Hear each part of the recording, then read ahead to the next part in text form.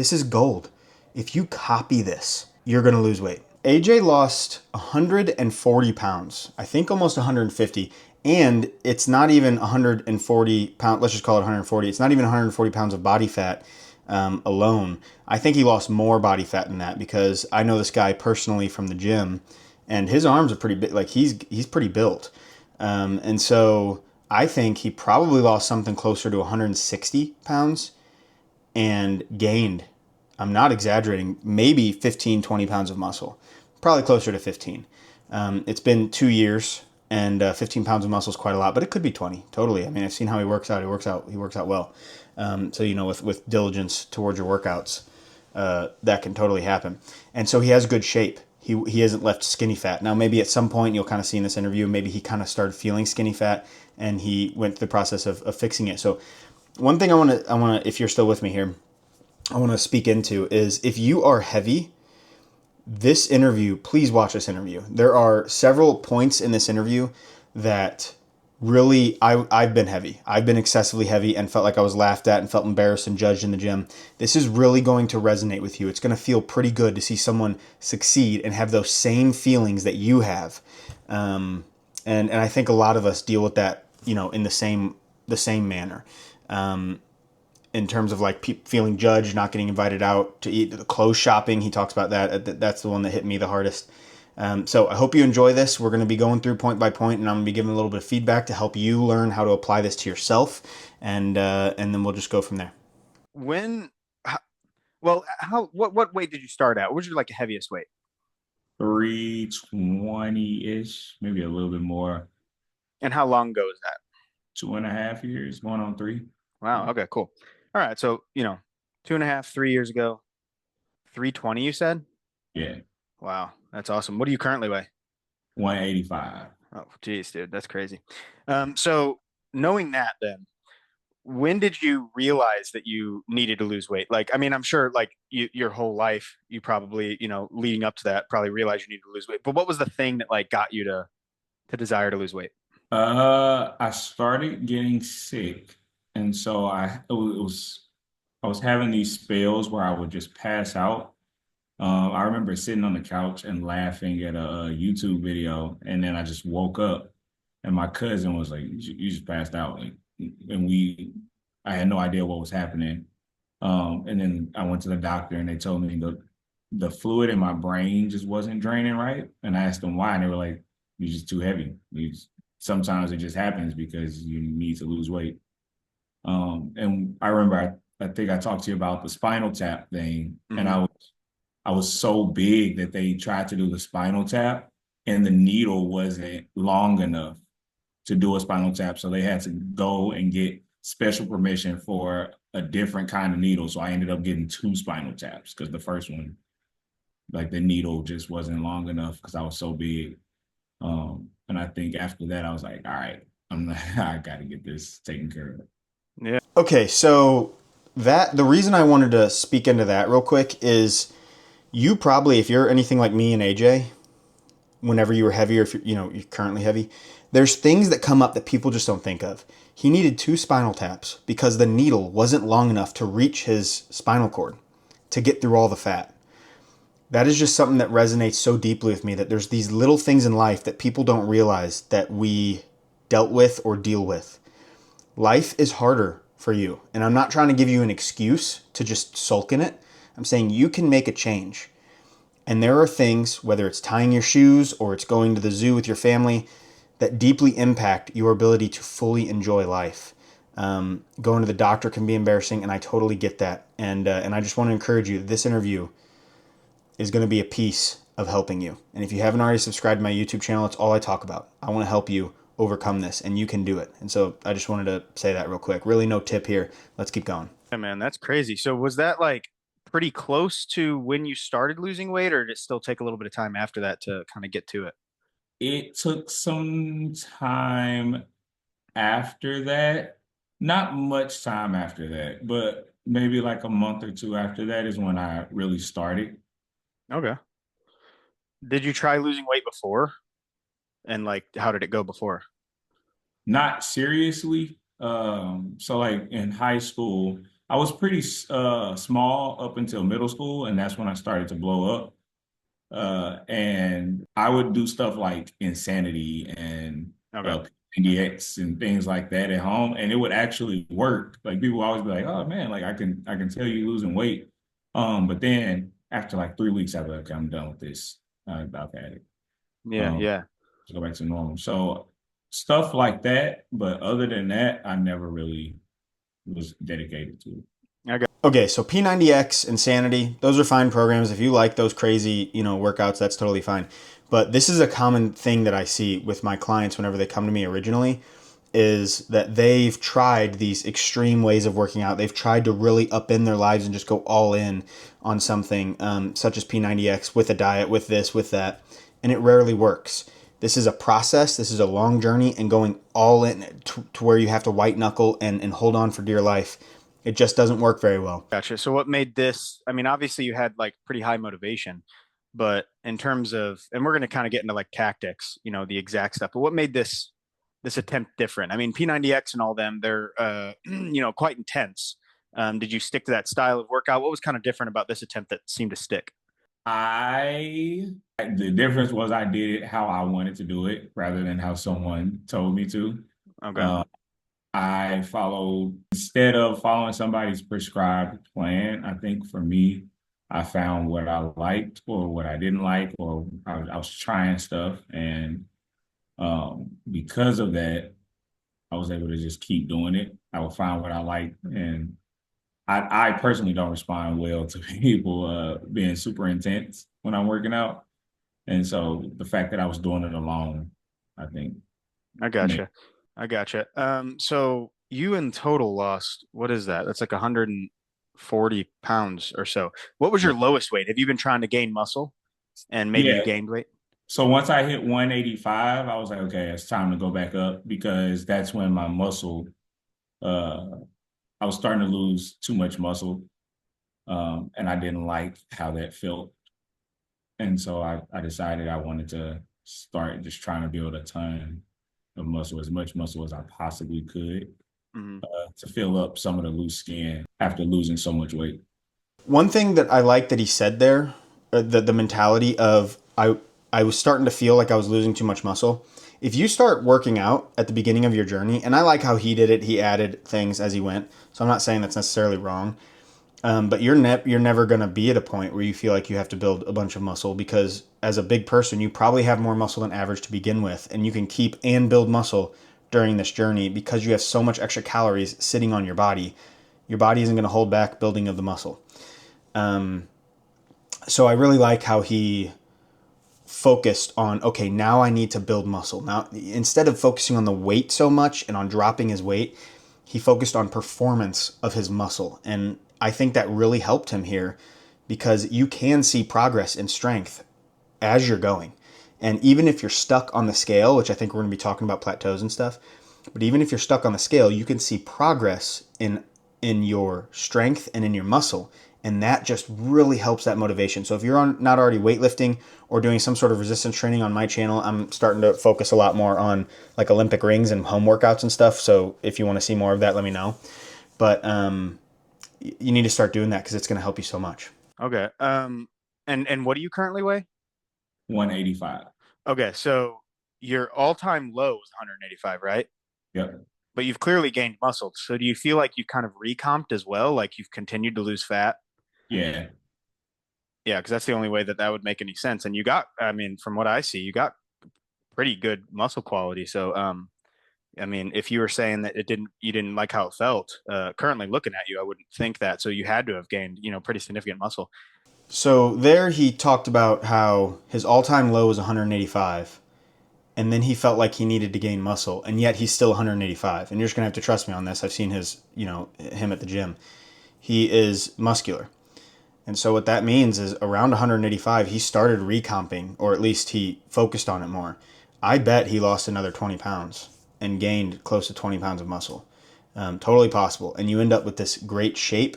You end up looking a lot better. You end up with a much higher basal metabolic rate. Your metabolism basically is a lot higher than it otherwise would be if you just lost the weight. If he just focused on losing the weight, I bet he would be closer to 150, 160 if he could push that far, but it'd be miserable to push that far. But he made it a lot better because he has a higher metabolism, able to eat more because of his muscle. What do you think I know there's probably lots of aspects of it, but for you personally, there's no wrong answers, obviously. What was the hardest part about losing that much weight? It's almost 150 pounds. What was the Uh, hardest? I think the hardest part was the moments when I would plateau, because it was so discouraging. I'm a person who hates wasting time. Hmm. And so I would go, a month and not see any changes or anything like that. And so then I was like, well, I just wasted all that time. I might as well just go back to what I was doing. It's not working. And so just getting past those days or those weeks when I would plateau, that's the most challenging thing for me. So the most challenging thing for him was getting past the plateaus, the days and weeks where he plateaued. And one thing that he mentioned was wasting time. Like he hates wasting time. I've heard that a lot from my clients because it's like if I'm going to be doing all this suffering, then why? Number one, we shouldn't be suffering, and I teach a lot about that on my channel. So there's ways of dieting and eating and cooking food and stuff like that that makes it feel like, well, I can do this forever, and that's what we want. But you're never wasting your time. Here's how I describe it to my clients. If you are getting more fit and you're able to now walk faster on the treadmill than you used to be able to, or you're able to maybe jog for a little bit whenever you used to not be able to jog at all, you now have the physical capacity to burn more calories. That is going to set you up for success in the future. If you took a month, didn't lose a pound, but you gained some muscle, number one, you had to have lost fat if the scale didn't change. So you are actually progressing. But even if by some weird chance you weren't or something, you are stronger, meaning you have more muscle, meaning you can move more weight, meaning every step you take burns a little bit more calories. You're setting yourself up for success by increasing your basal metabolic rate and your metabolism, and you're getting stronger, and the motivation is there. You are never wasting your time. You're setting yourself up to have all of a sudden, the scale might look like this, and then all of a sudden it goes like this, because in the background you were doing all the right things. Trust the process and stick with it. You got this. This is something you can do. Yeah. So how often do you feel like that would come up? Was that kind of rare? Was it like, man, once every 2 or 3 months feels like I kind of got stuck? More like once every couple months. I don't think I plateaued at all for like the first year. Um, it was maybe after the first 80 pounds, that's like around 240, 245. I felt like I was stuck there forever. Um, and then again, like it happened more and more often the less I weighed. Yeah. So So a lot of people think the beginning of weight loss, whenever you're 400 pounds or whatever, is going to be the hardest. That is actually the easiest. Now I don't want to discourage you with that. If you're like, man, I don't. What I mean by that's the easiest is that's when your body's most willing to release the fat. That doesn't mean that your skills are up to par with being able to do it. It takes time. It takes time to learn how to cook. It takes time to learn how to count calories. It takes watching some extra YouTube videos in order to learn those skills and learn the workout and learn the diligence, learning how to get back up off the horse whenever you've fallen a little bit, learning that falling just isn't a big deal. Not physically falling, that probably might be a big deal. When I'm saying falling off the wagon, as you progress in your journey and as you weigh less, you are going to be burning less calories because you're physically carrying around less weight. It's easier to move around, which is a good thing. There is a little bit of metabolic adaptation that happens as well, but it's not nearly as severe as people make it sound, at least according to the research. So having natural diet breaks where it's like, hey, I've kind of plateaued, and being okay with, I'm going to be here for a month. Let's focus on muscle. Let's focus on performance. If you can do that and just get over the fact that you're not, and I know, like, I don't want to sound like uncaring, just get over it. But I'm not saying that, but I'm saying like work towards being okay with that just for a month, and you're going to have, I'm telling you, you're going to have that renewed motivation. You're going to have that. This is how it goes. As you get closer and closer to your goal, it's going to get harder and harder. But if you're okay with slowing it down as you get closer to your goal, you're going to make it. But if you're not okay with slowing it down, you try to push harder, you're going to push until burnout. once I got around 200 again, that's when it was like, all right, this is what you're going to weigh for a while.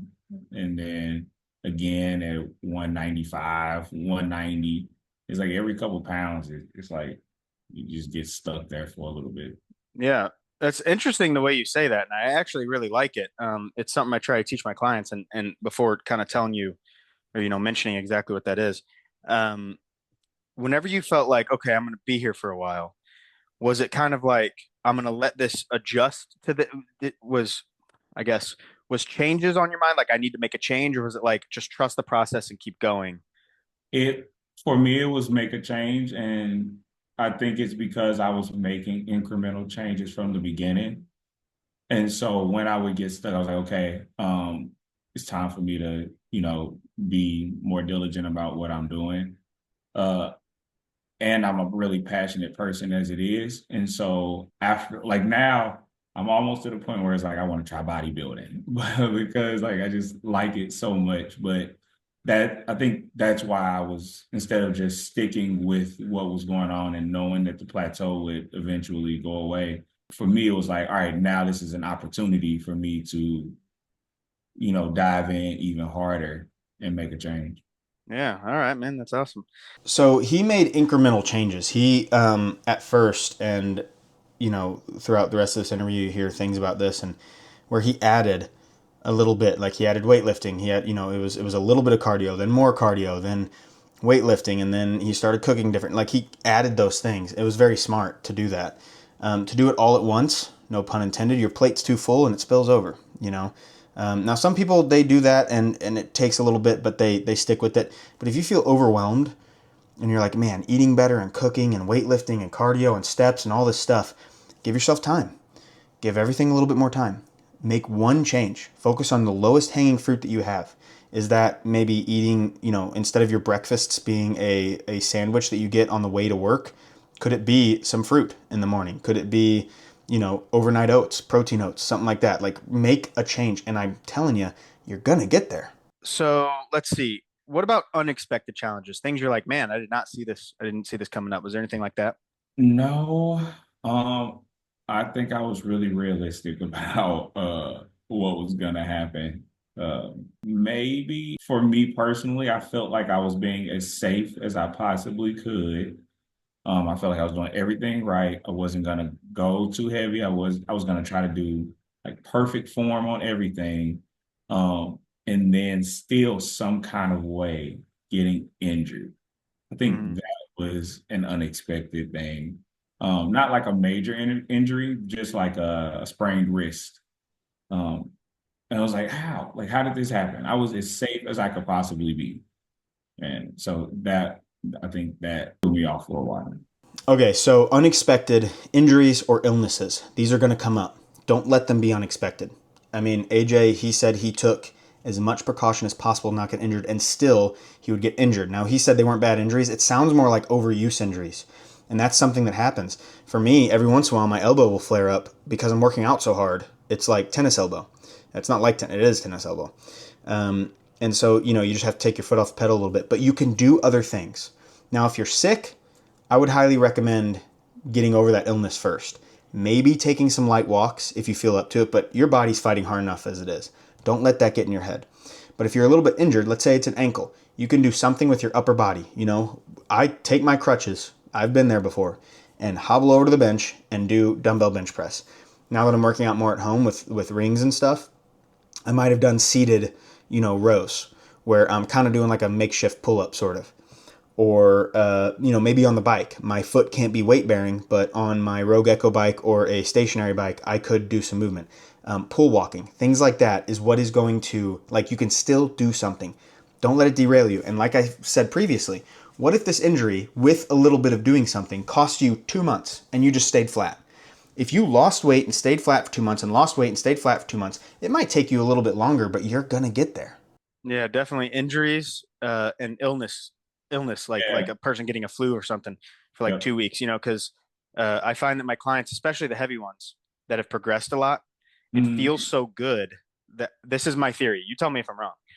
It feels so good that the process of losing weight, that whenever, let's take a person getting the flu for 2 weeks, that they're like, I think there's this deep rooted fear, like, oh no, I'm going to go back, I'm going to slip. And so it causes them almost to like go the other way, where it's like, well, I'm just gonna, why suffer? I just eat. Do you think there's any truth to that, like with the illness slash injury side of things for you, or was it kind of different? Did you handle it differently? I feel bad saying this here, but for me, when I was sick, uh, I was like, "Oh no, I'm gonna go back," and like I felt paranoid that I would lose all my gains and everything, so I would still work out sick. Okay. I I wouldn't go over to like the public gym or anything, but in my apartment, I was in there with a mask, and I'm gonna work out sick. I cannot afford to miss a day. Yeah, well, man, that's worked for you. That's good. How did you deal with like hunger, cravings, emotional eating? And not all of those things. Like maybe it's like, well, it wasn't really emotional eating. It was more just like I had this craving for this thing. So you can kind of lump that into whatever that means to you. How'd you deal with the temptations of hunger, cravings, stuff like that? I bought an air fryer. Okay. I was like, whatever I want to eat, just throw it in the air fryer instead. Other than that, I'm not a person that really craves specific foods. I'll just eat whatever. So whatever's in front of me, that's a part of the reason why I gained weight is I think only 2 times in my life I've ever had something was like, I can't eat this. Um, so as far as cravings go, I didn't really have any. I'm a person who likes routines, and so I found things that I could eat every single day and never get tired of it. Um, and because of that, I didn't have cravings. And whenever it was something I really wanted, like ice cream, chocolate ice cream, I like that. I just found a healthier version of it and then got used to the different tastes. Yeah. So he said he bought an air fryer, and that is great. Find something, whatever, a Ninja Creamy. If you love ice cream, start playing around with ice cream recipes. It doesn't have to be protein ice cream right away. It could just be lower calorie, regular ice cream that you make in the Ninja Creamy.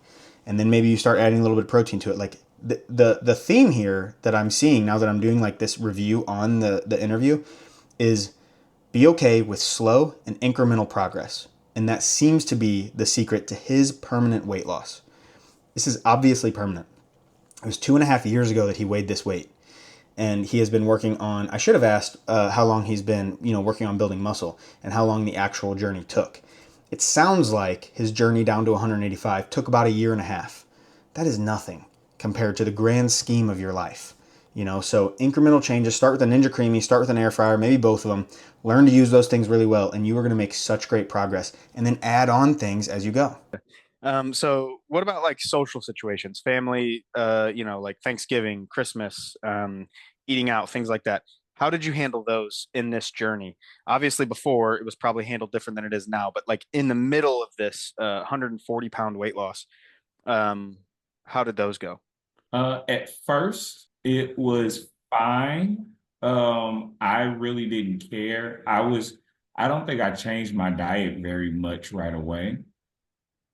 And so at the beginning, it was just like normal. So holidays, I would eat what I wanted to eat. If we went out to eat with friends or family, just order like normal. I would be very conscious about if I was going to have an unhealthy meal, then I would drink water instead. So that way it was like something that was different. Hmm. Um, Maybe that's my craving. Now that I think about it, drinks were my craving, and those sparkling ice drinks saved my life. So he said those sparkling ice drinks saved my life. Whether it's diet soda or that's like a form of like diet liquid calories or diet liquid drinks. Um, you know, Drink those. Like lose the weight. You can always get rid of if the artificial sugar is something that bothers you. You can always get rid of it later, but lose the weight first. I promise you're gonna be so much healthier. Just depend on these 0 calorie things, whether that's gum or hot sauce. I know there's a lot of sodium in hot sauce, but just use it for now, unless your doctor says to watch sodium. So please be cautious of that. But diet soda, whatever. And I also wanted to talk about how he would balance out his meals. There's this stigma that I see, and I've heard people say it like in the gas station, like in passing or whatever, that a person will walk out and they're like, well, they got a donut and a Diet Coke, ha ha ha. And it's like, Yeah, well, maybe a hot dog and a Diet Coke or whatever, but something like super unhealthy combined with, oh, you're trying to diet, huh? Because you got the Diet Coke. And I mean, I guess I get that, but it's like, dude, yeah, like a Coke, a regular Coke is like 300 calories for the size drink that you get, at a gas station or something. Maybe it's more, I don't know. To save those 300 calories is important. If you go out to eat and you have a burger, have water with it or have, diet, lemonade or whatever they have there. Save yourself the calories. Have the burger and have a side of, coleslaw instead of fries or fruit instead of fries or, whatever. Fill in the blank. It doesn't have to be all in or all out. And that is going to save you so much, body fat gain or lack of body fat loss as you go. So if I was gonna have like a really sugary lemonade or whatever, then I would have a healthier meal and try to find something that was better for me. So I tried to balance it out as much as I could going out to eat. But holidays, birthdays, it was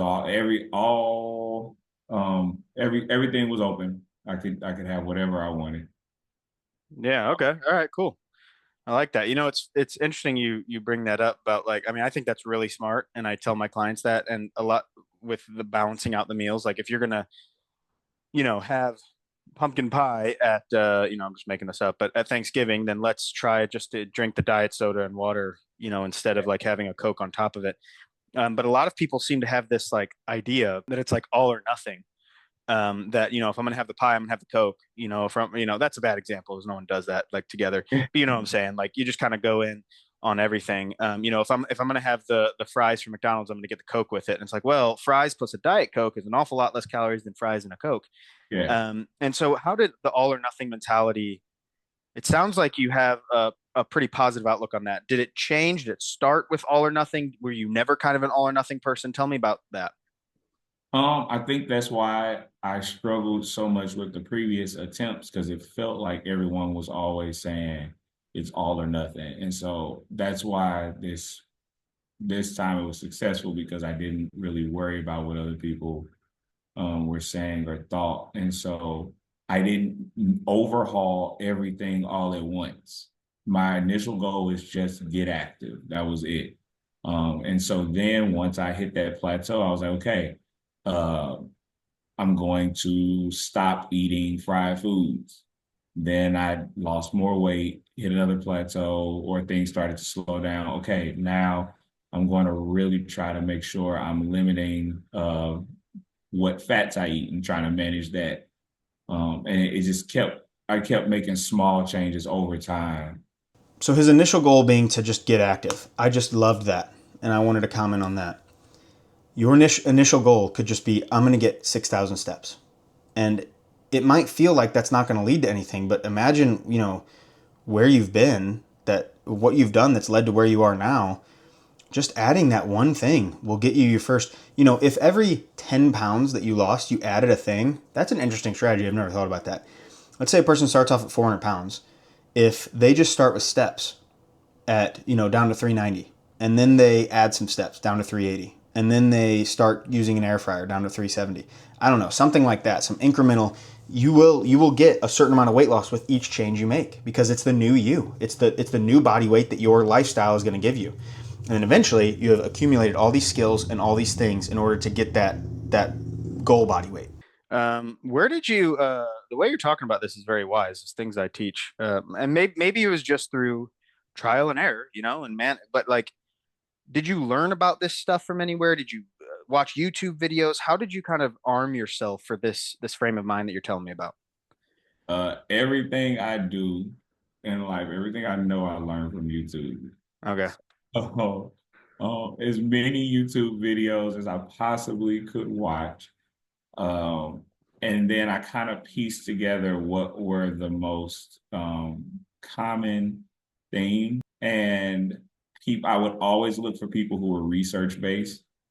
So they would be able to cite where they got their, sources from and what made them make their claims. And then I would actually if it was something that was really pushing the way I would think, then I would go and try to find that research that they cited. But YouTube, YouTube, YouTube, YouTube.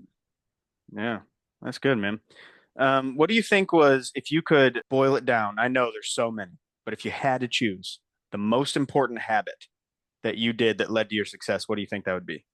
I would say weight training Okay. is, I know it probably sounds cliche or maybe even daunting for some people to hear that, but like I really think most of my transformation came from when I would like really try to focus on strength training and lifting weights and building muscle rather than just cardio and losing fat or ab training or just the diet portion of it. It was like really just trying to lift some weights and get stronger.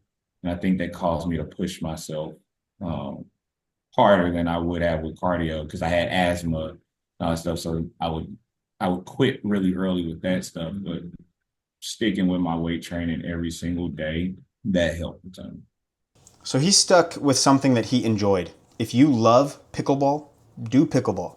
Now I do think that enjoying weightlifting or enjoying some type of resistance training is more beneficial than sticking with, pickleball or whatever, because you're building that basal metabolic rate. As I've said, you're increasing your metabolism, you're giving yourself better shape to your body, all those things. You can focus on strength gains. But if you're focused on improving in pickleball and you've gotten better and now you can reach further, you can lunge further, you can run a little bit faster, whatever. And I'm just using pickleball as an example, but fill in the blank. That is what gave him his success there, is because he was so focused on something other than the scale. That's where the money was. What does your diet look like now versus like how it looked, you know, at the beginning or like before you started losing weight? So again, I told you I'm passionate and I'm serious when I tell you I am. I really wish I had started working out younger so I could have been a bodybuilder because all I eat now is like chicken and rice or chicken and potatoes. Yeah. That is basically it, some variation of it. And so like I'll eat a burrito bowl, which is chicken and rice with lettuce, tomato, and it's just seasoned with cumin and like, Mexican spices, taco sauce, things like that. Or I'll eat fried rice, but not with butter, with like cooking spray instead, Hmm. which is just chicken, rice, and a ton of eggs and Yeah. like vegetables. And so it's always some kind of variation of chicken and rice now because I'm less focused on losing fat and more about building muscle. I'll throw in some steak too, like sirloin steak, things like that. Fish, I'm not a seafood person, but I try my best to eat some kind of fish every now and then. Hmm. Stuff I know that's important to eat some kind of fatty fish. But for the most part, if I had to boil it down, it's chicken and rice and protein powder. All right. This is the one place that I think I'm gonna like recommend an adjustment. Now it worked for him and it might work for you, where he had kind of his staple foods, and it sounds like he had very few.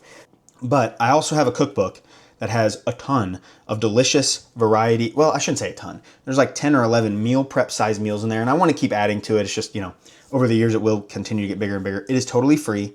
Link in the description and in the pinned comment. If you're still with me in this video, that means that you are determined to lose weight.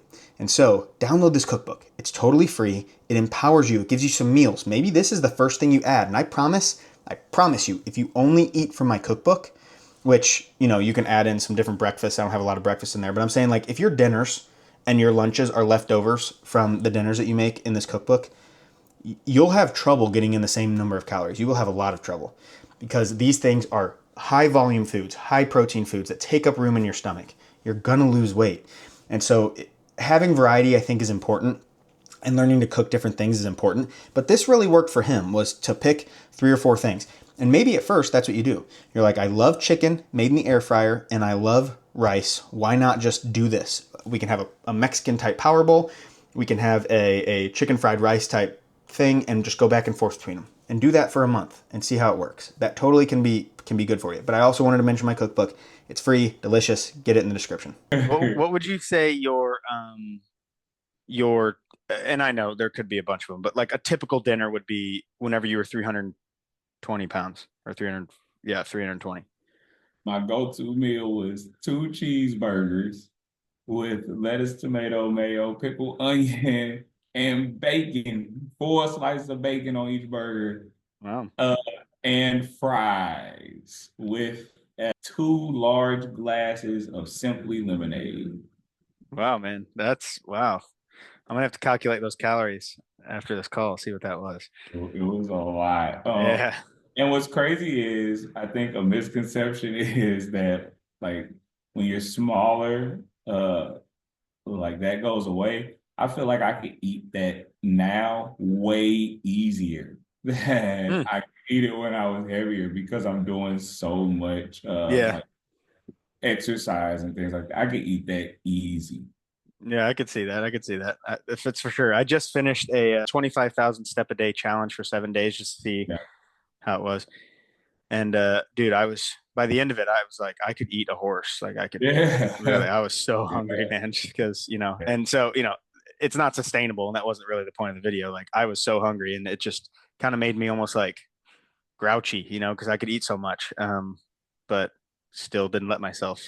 Normally, I wouldn't preach being hungry all the time like that. But how do you think your workouts? That's a good question. How do you think your workouts changed over time? I know it sounds like you added like habits, or you added intensity, or you were like constantly like, okay, I'm kind of plateaued, so now I'm going to add this, or I'm going to subtract this, or whatever. So how did the workouts change? Did it start off with just weightlifting and then you added cardio? Was it just cardio, you added weightlifting? How'd it go? Uh, the first time I got active, I'm a morning person, and so once I moved into my current apartment, we had a gym here, so I was like, I have no excuse not to work out, and so I went downstairs for 5 minutes on the treadmill and said, okay, I'm over this now. Okay, so I like how he mentions 5 minutes on the treadmill and he's over it. He's being open and honest that it was difficult to do more than that. And so he just gave what he could. And look at where he's at. Don't be ashamed to go to the gym for 15 minutes or to walk on your treadmill downstairs for 5 minutes. It's going to help. And I went back upstairs. And then I just did that for a week, just 5 minutes. And then I was like, okay, today I'm gonna push myself for 10 minutes. And it was like slow. I think about what I do now, and it was like my pace was like between 2 and 3 miles an hour. Mm-hmm. Um, so it was like really slow walking, but I remember feeling like out of breath, skin rubbing together, burning, itching. It was miserable. Uh, and then So that's just another point. There's no real lesson here. That's just like if you have been super heavy, like AJ and I, you relate to that very much, where like your skin's rubbing together and it's just uncomfortable. And that is something that, I mean, I guess there is a little bit of lesson here to prepare for. If you're starting this journey or if you're struggling with this like yourself right now, this is difficult. It's difficult to lose this much weight, partly because you have so much weight, you have such a disadvantage. But I want to encourage you that your weight can also be your advantage. You are burning so many more calories than average. And so by walking just 5 minutes because your skin's rubbing together and it's burning and itching, that means more than it might seem. For someone who's 150 pounds, sure, 5 minutes of cardio ain't going to do much. But for you, it could make a world of difference by stacking these habits and stacking these days and being more consistent. Um, but man, that was just such a relatable point, and I just wanted to comment on it. because I was at the gym in my apartment, I felt less judged because nobody was in there at 5 in the morning. So then after a while, after like a month, I was like, okay, I'm gonna try something. Uh, and so then I would try different exercises, and then after that, I found what I liked, um, or I found what I was good at rather. So like because I was larger, I had like a really strong back. And so I could lat pull down crazy heavy amounts, like almost the entire rack on a lat pull down machine. I could just pull that down Mm-hmm. without any training. And so I just kept doing that. Like I found those exercises where because I was bigger, I was able to do it. Um, and then I started watching YouTube videos, like, those popular influencers um, and wrestlers, because I love wrestling. So I would watch what they would do too. So I could try to like, be like them. And then I got to a point where it's like, okay, just in the morning isn't working anymore. Uh, and I really like it. So I'm going to start doing 2 workouts a day. And this was 2 workouts a day, 6 days a week. And so I would do cardio and weight training all in the same session. So it was like an hour of weight training and 30 minutes of cardio um, after I did my weight training. And then I got to the point where I was like, okay, this isn't really helping me because I feel like it was, I know the research behind it now, but I naturally was feeling that when I'm doing this cardio after my weight training, I feel like I'm not getting as much muscle build. I feel like my body is not able to focus on that, focus on building my muscles. It's focused on like recovering from Hmm. being out of breath and almost dying. So then I split my training up into one cardio session in the morning, one weight training session in the afternoon. You totally don't have to do like 2 a days. You know, this is what worked for him, where he would split up his workouts, his weightlifting with the cardio. Um, but I get why he was doing it at the same time. But like, you might not feel like you have time for that. Don't worry, you can do them together and just do like, less cardio or less weight training. Um, I really like how he was so focused on muscle and performance that he didn't sweat the fact that he wanted that muscle so bad, and that long term is what is going to help you lose weight. And so it's not just about the short term cardio steps and stuff like that. I talk about that a lot on my videos because it is what gets you like more immediate results, and we need some immediate results. You can't wait literally forever for a little bit of results, so it helps. And he wasn't, but just to speak into that a little bit, it was very important that he was gaining muscle, and I just love that frame of mind. But you can split it up. That's a really good idea. But if you don't have time for that, don't worry about that. Just, if we could take anything from this interview, like the general theme is like a little bit matters, especially when you have that much weight to lose. A little bit is so much, it's so much more intense. A little bit actually equals a lot for the average person. So I want to encourage you with that, that you don't have to do, 2 a days, but you can. There's a lot of flexibility here. And then I got to the point where I was overtraining. I think once my body fat percentage got pretty low, it became kind of unfeasible I just didn't have the energy to do 2 workouts a day, 6 days a week. So now I just stick to 5 days a week and try to do as much cardio, maybe cardio twice, 3 times a week, but weight training five. Like I feel like my body shrivels into nothing if I don't do 5 days of weight training. That's a Yeah. person, not. Yeah, I got you, man. That's cool. That was a good description. I mean, you really remember that. Did you track calories, do meal prepping, intermittent fasting? What was your did you have a thing that you went to, or was it just like, no, I just ate better? I track calories not every day. Whenever I would eat something that I had never tracked before, so that way I could see how many calories it actually was. And So one thing that I found interesting is he said that he, tracked things if he didn't know what the calories were. I've never actually heard of that, which I know like it's kind of obvious, but I've never heard of anyone doing it. Only tracking if you didn't know it. That's great. I love that strategy. But there's also this concept of like the all or nothing mentality when it comes to food logging. There's been research that shows that people, when they're logging their food, like 3 out of the 7 days a week lost weight because there's just a higher percentage of their week, whatever that is, under 50%, but a higher percentage of their week they are tracking and they are at least accountable to themselves. Now, if you're training with me, I really try to encourage tracking 7 days a week, at least for a while, but I might consider this track meals if you've never had it, and then try to, you know what, now that I think about it though, that probably works for him because he had, from earlier in the interview, now that I'm thinking about it, he tended to eat the same, like, cycle of meals. And so if he never had it before, it wouldn't, like he wouldn't have many foods that he never had before. Whereas you and I might eat a new food up to like 100 foods for like, 2 months or something like that. So that's why with my clients, if they refuse to food log, I try to encourage them to food log for like a month, just so we can get an idea of where the baseline is and what things have calories in it. And he mentions, how many calories are like in a tablespoon of oil. And he's like, I was using more than that. So these things are just really eye opening. They really help. But I also wanted to, let you know that I don't talk about this much in my videos. I don't hear people talk about this much at all. There's research done that shows that limited food logging, let's say half the days a week, I would at least try to do 4 days a week if you're going to like intentionally not food log some days, and don't make those 2 days the weekend that you don't food log, the 3 days, Friday, Saturday, Sunday. Don't make it Friday, Saturday, Sunday. I would log Friday and Saturday, Monday and Wednesday, Monday, Wednesday, Friday, Saturday, or something like that. Because those are the, at least Friday and Saturday are the days that people tend to overeat. And so you can keep yourself more accountable there. That made me see like, wow, like just this tablespoon of oil costs, 200 calories. And so I'm definitely using more than that. So I can just imagine how much I'm eating.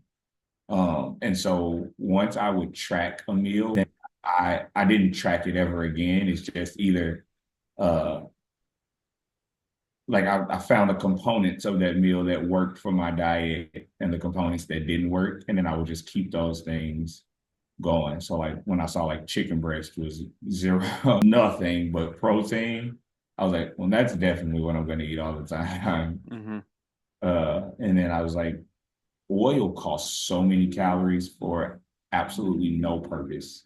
Mm-hmm. So I'm going to replace that with cooking spray. And so that's how I did it rather than tracking every single meal. Now, though, because I'm trying to build muscle and I'm really, really diligent about how much protein I eat, I weigh everything. I went the total opposite. I got to weigh every single piece of food I put in my mouth so I know how much protein. But that's just because I'm a psycho and I get very passionate about things. If I really wanted to take it easy and I wasn't trying to go as hard as I could probably do the same thing without weighing my food. But I am a passionate person and I hate wasting time. So I don't want to go a month thinking I'm eating X amount of protein. I really wasn't. Yeah, yeah. It's there's research that gaining muscle is about 10 times harder than losing body fat, and people don't like to hear that because it's like, well, it's so hard. I can't imagine trying to build muscle. It's like, well, you just like kind of what you're saying there. You got to be more diligent, It's not just about calories, eating less and moving more, because essentially that is what weight loss is. But with building muscle, like you need the proper stimulus, you need the protein, you need, proper sleep. I mean, yes, with weight loss, you need some of those things too, but with weight loss, I think it was more like no matter what, because I was so big, if I was losing weight, it didn't really matter. I knew I had basically no muscle, so any weightlifting was going to help me build muscle and I was going to lose fat. So I didn't have to track that much. But like trying to go the other way, if you just eat a whole lot of calories and you don't pay attention to where those calories are coming from, it's highly likely it's just going to be a bunch of fat and less muscle than what you really wanted. Yeah. So that's why I'm tracking it, because it's like I don't want to just gain a bunch of fat back. I want to. So one thing he is talking about here that I think can apply to the general, person, to you, is that at first, whenever you have a lot of weight to lose, you don't need very good tracking. Like just making some changes, switching to diet soda and using an air fryer, like you're going to be consuming so many less calories. Taking daily walks, like you're going to be burning so many more calories. But as you get closer to your goal, and then especially like here, as you're trying to gain muscle, you actually need to become more meticulous. It doesn't get easier to lose weight, it gets harder to lose weight. And so, practicing the food logging at first, maybe with like 3 days a week and then 4 days a week. And then as you get closer and closer to your goal, if you're like, man, I'm stalled, then you can make it 5, 6, 7 days a week. That's a strategy I've never used with my clients, but I kind of like what I'm hearing. I kind of like that. If a person comes to me who is, I don't know, I really like that, where maybe I'll start to incorporate that with some clients where we can, okay, so I want you to log Friday, Saturday, and Wednesday, hypothetically. And then as a person loses weight and, okay, our weight's stalled a little bit, let's start adding in, I don't know what days I just said, but let's start adding in Tuesday and Monday as well, or whatever. That's pretty good. So you might want to take that for yourself. What do you think is the number one reason people regain from your perspective about others, like through your lens of having success? Why do you think people regain weight?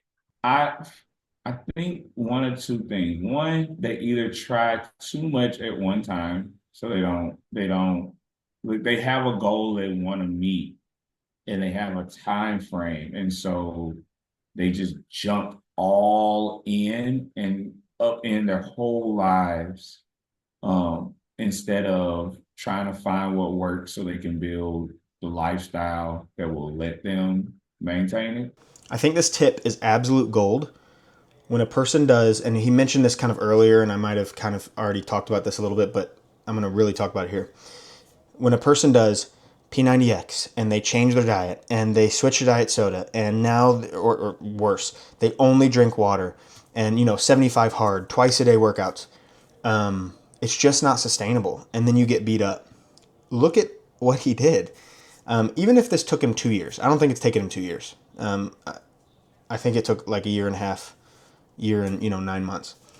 Let's say it took him 2 years. Look where he's at. Wouldn't you want to be where he's at? I mean, 2 years. Now, that might not sound fun to you right now.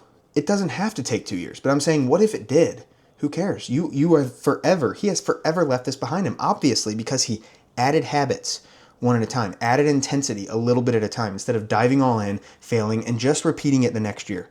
If a person yo-yo diets for 10 years versus slowly diets for 2 years, who's ahead? It's obvious. But I also think it is it can get pretty, I wouldn't say lonely, but it's challenging to be someone who's trying to change your life when everyone else isn't. And so to be that person that has to constantly look at what you eat. Like my family will go somewhere out to eat, and I ask, why didn't you invite me? Well, we thought you can't eat this, you can't eat that. I'm like, I can find something. And so I think for a lot of people, it gets pretty isolating. I guess that's the word, to be the one who's constantly having to watch what you eat. You can't enjoy certain things, or at least people think you can't enjoy certain things. Yeah, yeah, man. That's so true. I mean, I've lost a bunch of weight too, and that is so true. It's, like a form, and I know people don't mean anything by it, and I don't want to talk about it too long because, we're kind of running out of time here, but, 'cause I only have the free version of Zoom, but, it's like a form of not fit shaming, but like, I don't know if people, I'm going to just say it's not exactly this, but I can't come up with anything else. I don't know if people feel uncomfortable that you're doing better and that maybe they feel uncomfortable that they don't want to be around that, so they don't feel like they have to or whatever. It's easier to not have to think about it. But Mm. I've totally been there where it's like, you didn't even invite me. It's like, well, yeah, but you wouldn't have eaten anything. It's like, are you serious? Like there's Yeah, steak. Like I could have yeah, gotten a steak. yeah. Like there's stuff to do. Anyways. So I'm curious, and this could be a small list. It might be a big list, and you just, give whatever you want, whatever comes to mind. What Mm. like small things? I'll give you an example because I've seen this with my clients so many times. What small things are you like, man, I just love that. That's so much easier. For instance, tying their shoes. They're like, dude, I never knew it was so easy to tie shoes. It's like, yeah, because you lost your big old belly.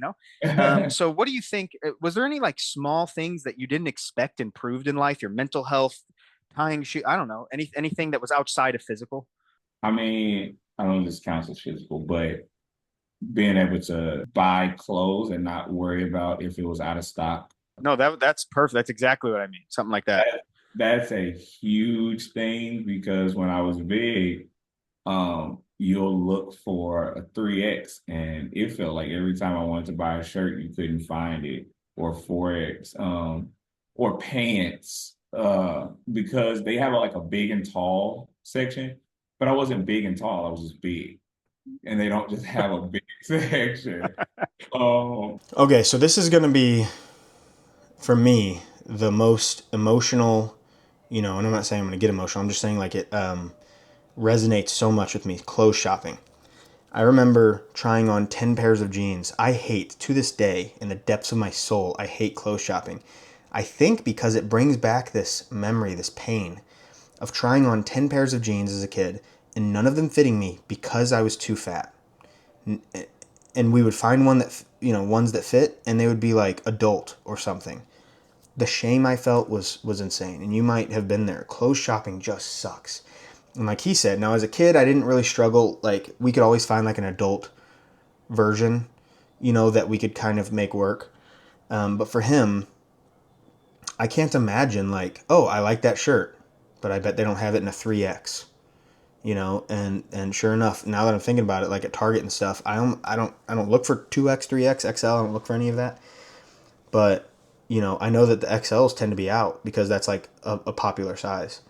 And 2X, 3X, they probably just don't order many of them. So they're taken right away. I couldn't imagine that, I mean, I can imagine it. I don't know why I said that.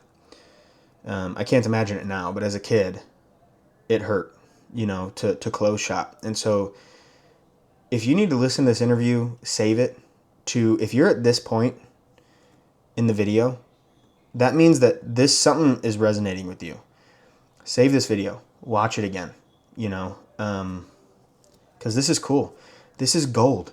If you copy this, you're going to lose weight. And I'm so excited for you, and at the same time sympathize with you so much. If you need any help, leave it in the comments. I am obviously a personal trainer. I train people online, and my clients get great results. I'll show them here. But you can do this on your own as well. It just might be more difficult, but I'm here to help you. I'm here to make it as easy as possible. So save this interview, listen to it again, listen to it in the car, and then listen to it again, because you are going to succeed. If you do this, you're going to succeed. This is slow and steady. You're going to get it. Now, you can accelerate fat loss. I have videos on that, but maybe it's just for a season, and then you go slow and steady, things like that. And I can work with you directly on that if you want. So anyways, you can do this. I know you can.